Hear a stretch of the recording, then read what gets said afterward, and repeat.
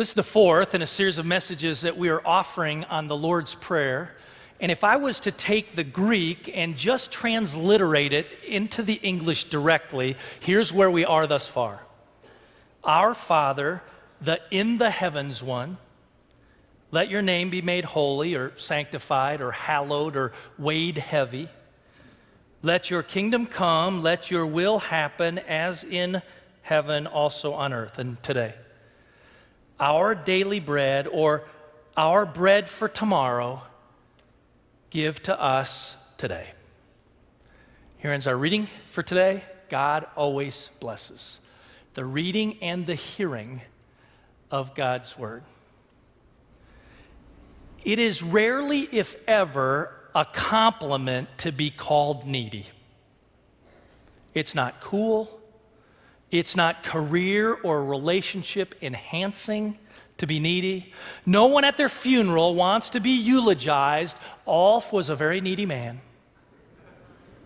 No one on their first date wants the woman to say, well, tell me about yourself. And he says, well, the first thing you need to know about me is I'm extremely needy. I've always been needy. I'll always be needy. She is secretly screaming, run away, run away, run away. Reminds me of one of my favorite movies of all time, What About Bob? It's a movie about Bill Murray, who's the end of the 20th century neurotic man. I need.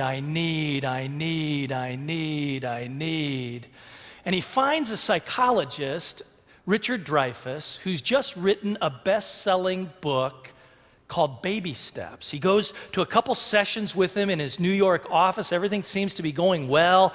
But then he announces, Richard Dreyfuss, that I'm going on summer vacation, and Bob is at a loss. I mean, what is he supposed to do while his therapist is gone? And so as the therapist goes north and east, gets a big house right on the ocean, Bob does everything he can to find out where he is, and he shows up at the house where the therapist and his wife and the two kids are vacationing. He knocks on the door.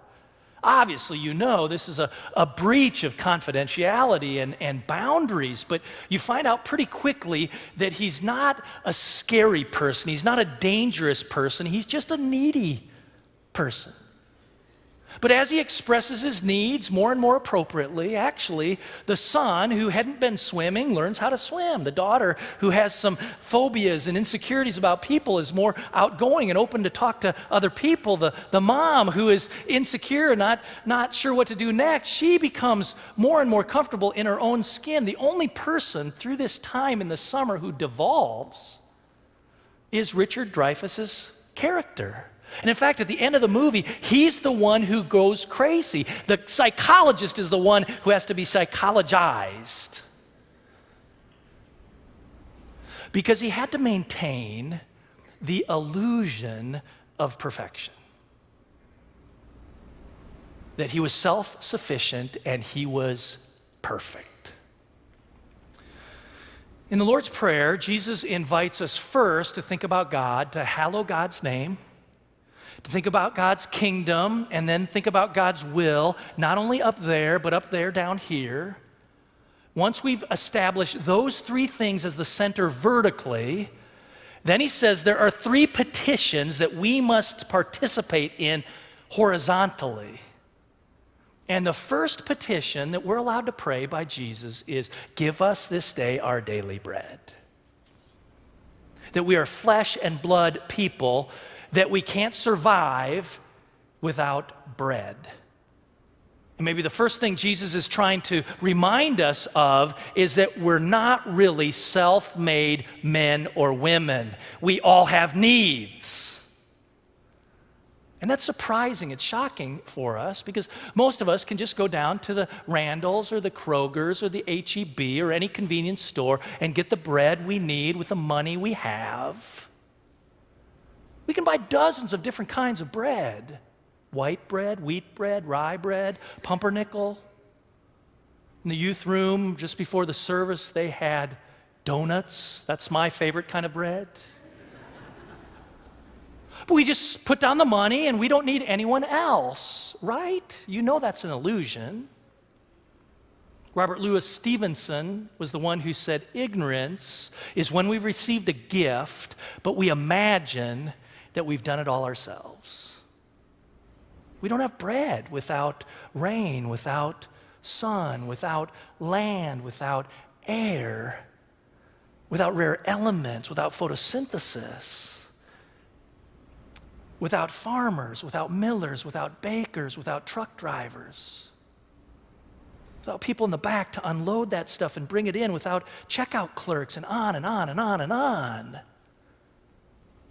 Was Googling how much rainfall different cities in the state receive. Houston receives about 50 inches of rain a year. We received 54 the 4 days during Harvey. That was the problem. A year's worth of rain in 4 days.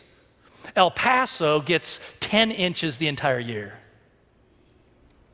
College Station gets 42 inches. Why 42 inches is interesting to me is scientists say that is 1 million gallons of water spread over an acre in a year free of charge. That God somehow picks up thousands and thousands of gallons of water out of lakes and oceans, puts them into clouds and moves them hundreds and hundreds of miles to us. The sun is 93 million miles away. If we're too close, we burn up. If we're too far away, we freeze. 93 million miles is the exact right distance for us to thrive. Science has computed that it takes 600 million tons of coal to produce water for an acre to grow crops. We couldn't afford to pay for the water if we got it all from coal. And so every day when we eat our breakfast, lunch, or dinner, we should give thanks to God and give thanks for the other people that have made the bread that we have in our life possible. To not bless the meal, I don't know where that came from. Well, I'm going to bless the meal right now. Why are we blessing the meal?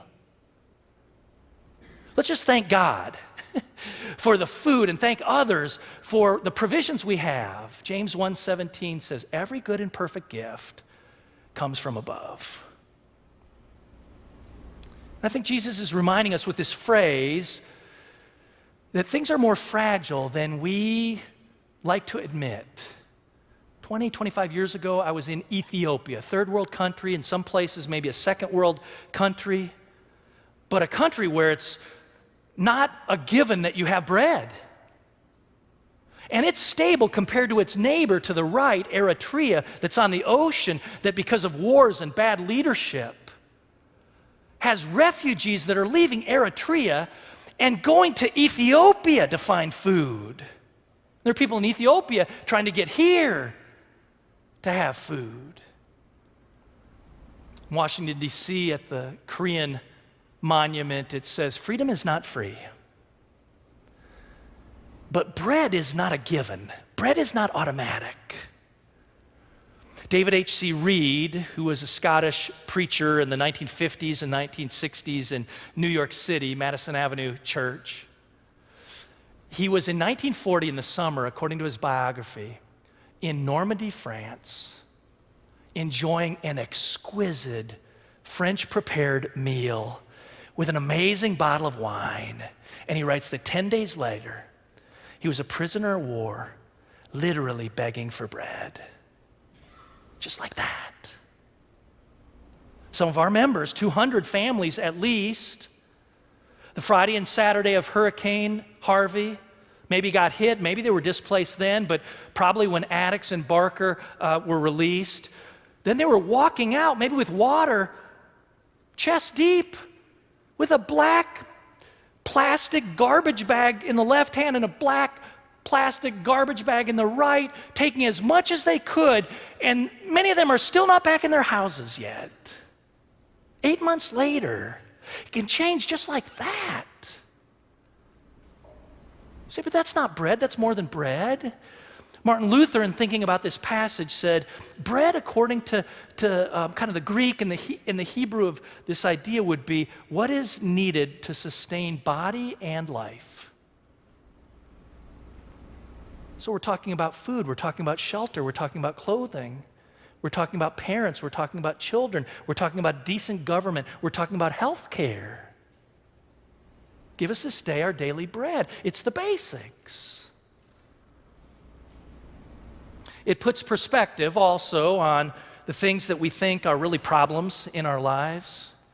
Around Christmas, I had one of those head colds that got into the nasal cavities, and at night I was looking for NyQuil. And in my house, at least, the only person who knows where NyQuil is Sherry, my wife. The mother, the wife, she knows where that kind of stuff is. And she told me it's in the kitchen on this third on the left shelf. And I got it, and the cap, above the cap has a plastic cup. And when I looked at it, it was all gunky with the red syrup that had kind of caked on there because whoever had used it last hadn't had the decency to clean it off. And I was getting my speech ready to kind of go into the other room and pontificate as the father of the family. And then it hit me, there's a lot of people in the world who don't even have NyQuil. Can't get medicine.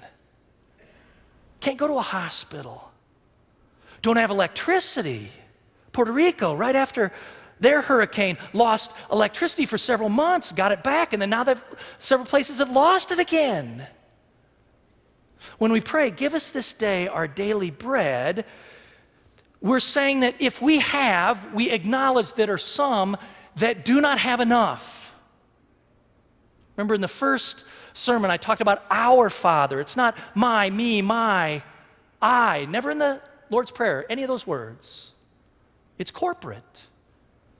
Here, give us this day our daily bread. There's a Latin American prayer that goes something like this: Lord, give those who are hungry bread, and give those who have bread a hunger to share, to be generous. Mother Teresa was asked by a reporter one time, where was God when this baby boy died of starvation on the street of Calcutta? She looked the reporter right in the eyes and said, where were you? It's an us prayer. It has social ramifications, social implications. This isn't a pledging sermon, but that's why, one of the reasons why Sherry and I pledge, why we tithe. We don't run the Houston Food Bank. Haven't been called, don't have the time. We don't control kids' meal or send the cars into the third ward, not just the third world, but the third ward to give sandwiches to the second highest rate of food insecurity in the nation is Harris County. Every day.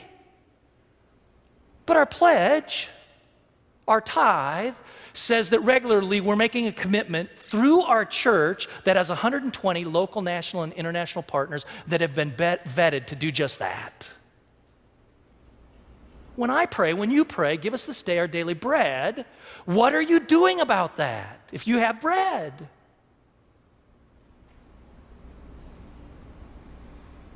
There's a confusing part of this phrase in the Lord's Prayer. It's daily bread. Shortly after Jesus prayed it, the early church fathers wrestled with it, and then scholars up till now have wrestled with it. Here's been their wrestling. They believe Jesus couldn't have us really pray for daily bread, the necessities. Maybe Jesus is talking about super substantial bread, like communion, where we experience the presence of the Spirit of God in our lives to feed us spiritually. Maybe it's that Jesus is the bread of life. That's what he calls himself. That's what they mean, maybe. But remember when Jesus was preaching a couple times too long, and there was a crowd that became very hungry, and a boy had 5 loaves, 2 fish, he blessed and he broke, and he gave real bread to real hungry people several times in the Gospels. And we're to call him Pater, Father, Abba, Daddy. We can bring our basic needs before God. The basics are not out of bounds. Don't be more spiritual than Jesus is here. He's talking about the basics. In every church, I've had people come up to me, members and attenders, who've just said, Alf, I can't pray for the basics. I can pray for other people, can't pray for myself, can pray in generalities, can pray for peace, can pray for wisdom, can't pray for a parking spot, can't pray for basic food, can't pray about a boyfriend or a girlfriend or finding a house or those things. Did Jesus mean basic bread, or did he mean super substantial bread? What do you think? I know it's basic bread. Do you know why? Because the word right before bread is daily bread. The only adjective in the Lord's Prayer, interesting, only adjective is daily. And it's a Greek word called epiousios. Only appears in the Lord's Prayer here in the entire New Testament, nowhere else. Doesn't appear really anywhere else in Greek literature. So nobody knew what this meant until 1950, when some shepherds found clay jars in caves around Qumran near the Dead Sea. They found the Dead Sea Scrolls. Every book of the Old Testament except Esther was found there. And here's what else they found. They found a papyrus sheet right next to one of the jars that had epiousios on the top of it, and then below it, it was the shopping list that a man or woman was going to take to the market the next day. So daily bread is what we receive tonight for what we need tomorrow. Not farther out than that. Harkens back to the Old Testament, the man in the wilderness, where they said, we're starving here, we have nothing, and God pours down manna that comes each day. How long can we collect it for? You can't collect it and keep it. You have it for this day. So you trust God. Epiousios, this daily bread.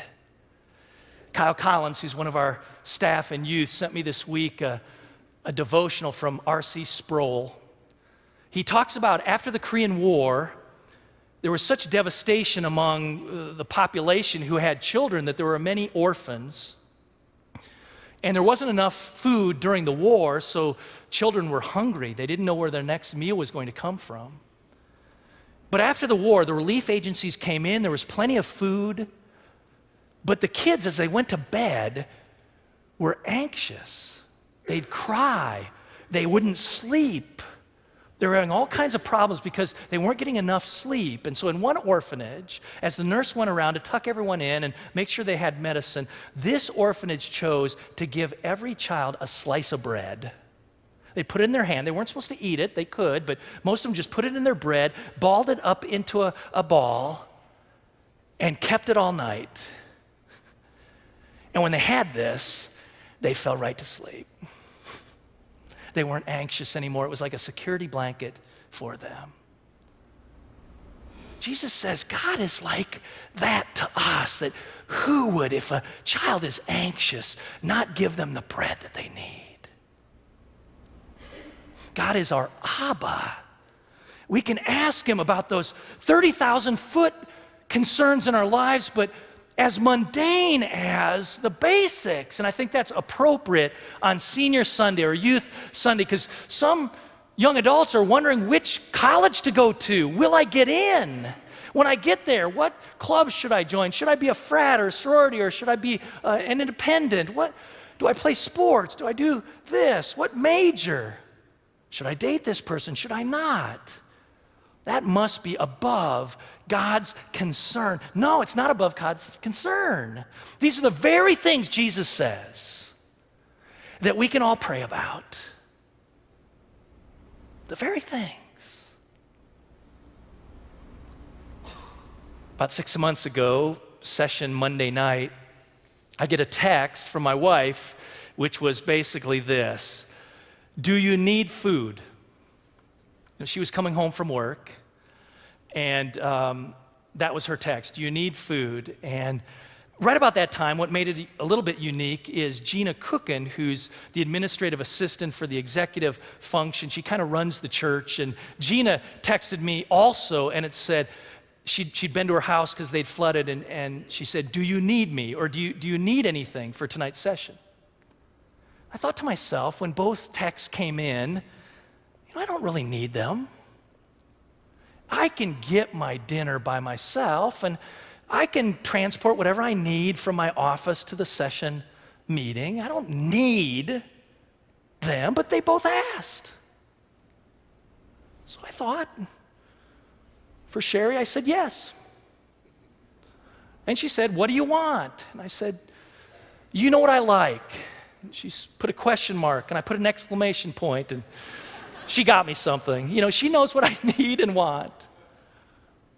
Gina, I said, could you bring the 12 goals and priorities poster board thing? Got it.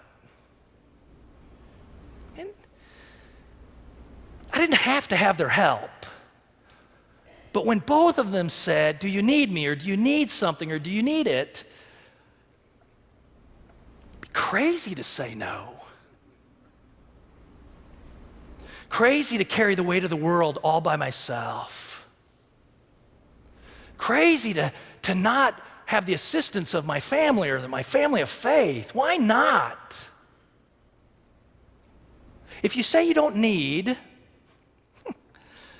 you place yourself in the role of Richard Dreyfuss, the psychiatrist in What About Bob, who in the end of the movie goes crazy. If you say, I don't need anything, what you're saying is, I don't need God. You don't mean that. Do you? Give us this day our daily bread. Isn't that great that Jesus invites us to pray that?